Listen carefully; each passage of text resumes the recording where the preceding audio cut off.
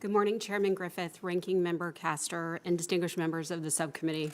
I am Christi Grimm, Inspector General of the U.S. Department of Health and Human Services.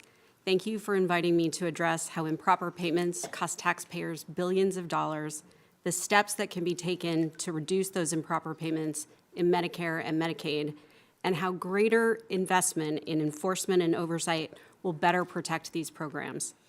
OIG protects Medicare and Medicaid from improper payments, and these programs cover about 40% of the U.S. population and combined cost more than $1.7 trillion. This morning, I will focus on managed care in Medicare and Medicaid because it has grown so dramatically over the last decade.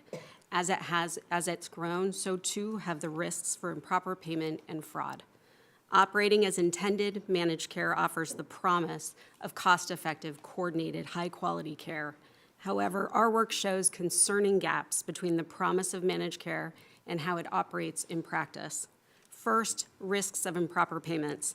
One major source of improper payments is when Medicare pays managed care plans more for covering sicker enrollees with the idea that more resources would be needed to treat sicker patients. The sicker enrollees are, the more money plans receive. However, this creates an incentive for managed care plans to make patients appear sicker simply to claim payments to which they are not entitled. Across 33 audits looking at these payments, OIG found that Medicare overpaid plans by more than $500 million, and this amount is likely just the tip of an iceberg. In related work, we found plans reported serious medical conditions for enrollees that resulted in higher payments.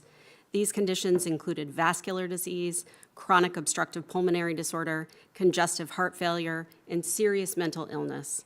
Yet these enrollees did not seem to be receiving any treatment. This raises concerns about whether enrollees with serious conditions might be going untreated and the accuracy of the data that plans are reporting to Medicare. Improper payments cost taxpayers, and while not all improper payments are fraud, all fraud is an improper payment.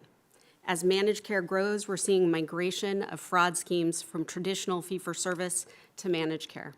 In 1933, a reporter asked Willie Sutton, "Why do you rob banks?" He replied, "Because that's where the money is." Increasingly, healthcare dollars are in managed care, and so too are the criminals looking for ill-gotten gains. One clear example is the rise in durable medical equipment, or DME, fraud. DME suppliers are submitting fraudulent bills to managed care plans, driving up costs for the plans and American taxpayers too. We work closely with plans every day to find and shut down these fraud schemes. To mitigate losses, we use data analytics to spot fraud early, and once spotted, we work with the Centers for Medicare and Medicaid Services to stop payments on potentially fraudulent claims so that criminals cannot walk away with large sums of money. Second, reducing improper payments. Data and data analytics are among the most critical tools the government has to stop fraud, waste, and abuse. Many of the solutions we recommend target improving data accuracy, data collection, and data use to identify improper payments. For instance, our work looking at Medicaid managed care demonstrates that states need better, more useful data. That would ensure that states are not paying for deceased enrollees or paying for an enrollee who has moved to another state. Our work shows that reducing these types of payment mistakes could save Medicaid about $1 billion a year. Third, investing in oversight and enforcement. OIG delivers positive results by detecting fraud, identifying misspent funds, and holding wrongdoers accountable. Our work pays dividends for American taxpayers, but much more can and needs to be done.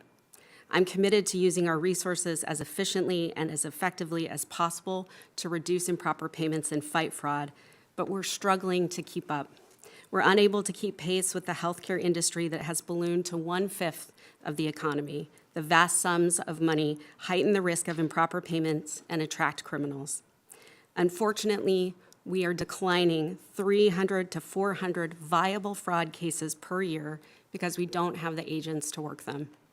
Congress can help by supporting legislation to increase investment in the Healthcare Fraud and Abuse Control Program. Thank you for your leadership on this important topic and for inviting me to participate in this hearing. I look forward to your questions.